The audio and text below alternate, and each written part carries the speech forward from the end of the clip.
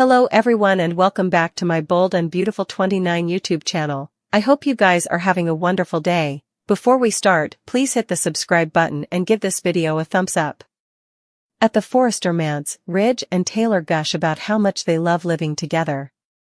Steffy comes in and sensations that she can't believe the two of them are reunited. Taylor senses commodity is going on with her.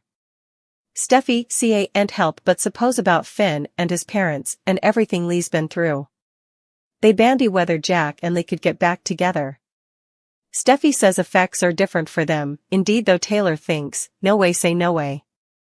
Steffy doesn't see how Lee could get over an affair with someone like Sheila. In her office, Lee flashes to Jack and Poppy, denying that they'd been together. She sighs and reflects on being mean to her family for so numerous times. Finn appears and asks, "Are you crying? What's it? What's going on?" Lee sniffs that she feels terrible. A secret has poisoned her for decades. Finn asks, "What secret?" Lee reminds him that she invited Poppy to stay with them when he was starting council. "I allowed.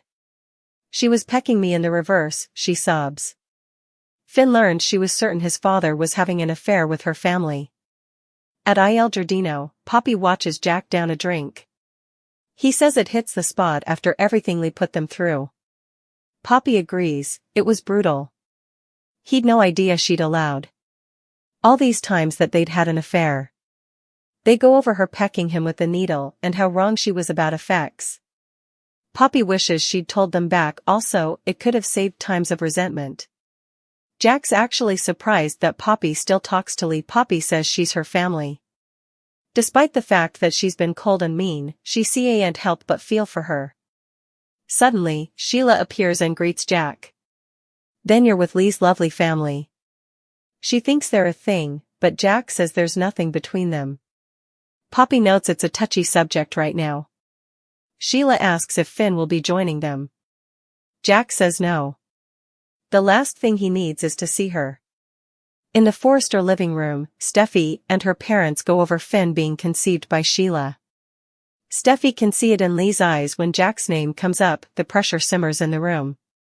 She doesn't know if she'll ever get over that affair with Sheila. At Il Giardino, Jack tells Sheila that he and Poppy were having a private discussion. She asks Jack to let Finn know that she's thinking of him. She lost out on his nonage and now he's got a nonage of his own. Is she supposed to walk down from being a grandmother too because Jack manipulated her into giving her precious son up to save his marriage to Lee? How'd that end up for you at the end of the day, Jack? Sheila asks Poppy to give her family her stylish and walks down.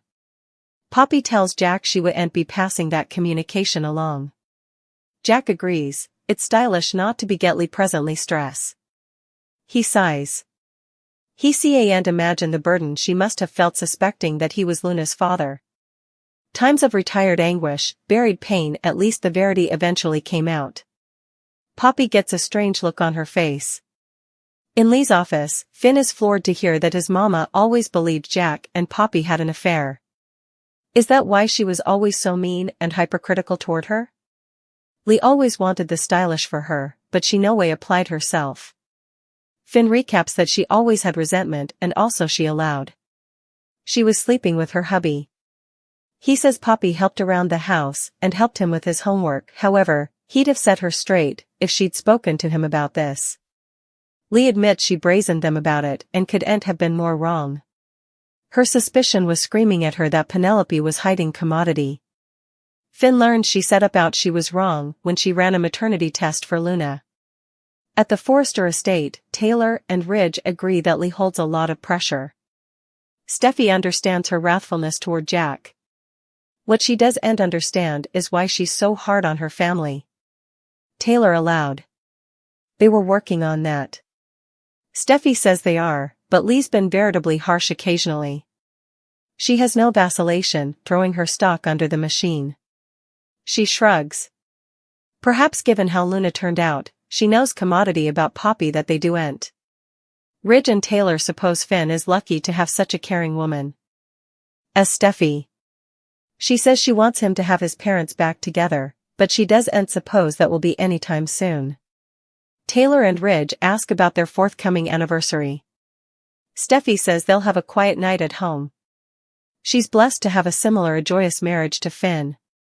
At Il Giardino, Jack assures Poppy that this is over.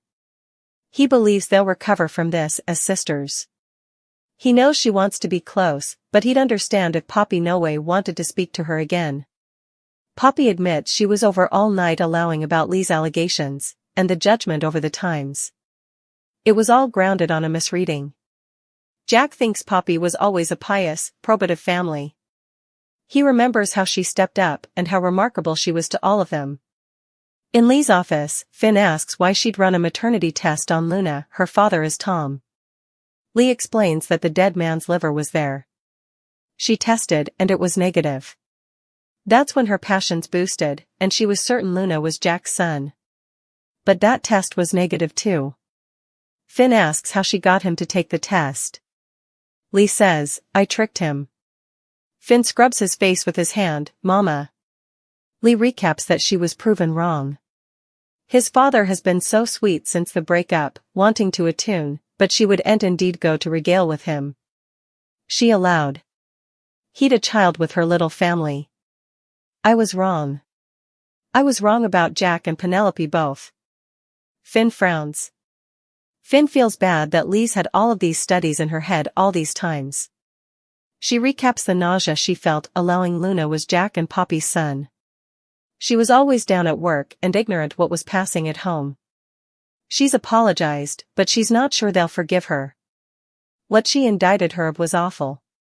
Perhaps we'll know. Finn asks, know what? Lee says they're still left with the riddle of Luna's father. That man exists nearly. Who's he? Who's Luna's father? Finn narrows his eyes in deep study. Luna Nozawa's lineage is over for heists. We know who produced her, but who's her father? This is the biggest riddle to hit LA in decades, yet it's a welcome relief for suckers sick of the Tridge/Bridge feuds. As incredulous as it is, then we're formally again, guessing about who Luna's pater is. At least we know who it's not. Lee Finnegan got to the bottom of her bastard Luna's lineage when she summoned her ex-husband Jack Finnegan and her family Poppy Nozawa to her medical office. There she stood, fortified with a hype. A decaying liver, and her trampy sis, ready to lay the blame at the bases of her favored bones. Lee was sure that Jack and Poppy had a fling all those times agone. And were in cahoots to keep Luna's lineage a secret. Both Poppy and Jack denied sleeping together, but Lee was induced and picked Jack for a blood sample. She would prove they were lying. Imagine her astonishment when Twinkle's latterly test results revealed that Jack was Aunt Luna's pater. We do condemn Lee for allowing as she did. Jack did father Finn Finnegan during an affair with Sheila Carter. Now suckers are sure that Lee and Jack's son, Finn, is Luna's pater. Which is all kinds of ick. The million bone. Question now is, does Jack know, and has he covered for Finn and Poppy all these times? Jack and Poppy changed some tense aesthetics in Lee's office, but declared their innocence. With the attention now shifted to Finn, Lee will go ballistic if she finds out her family deflowered her son, and we do condemn her. But will she also discover that Jack was complicit in this possible secret for decades? Be sure to tune in and find out, as the action heats up ahead of February sweeps.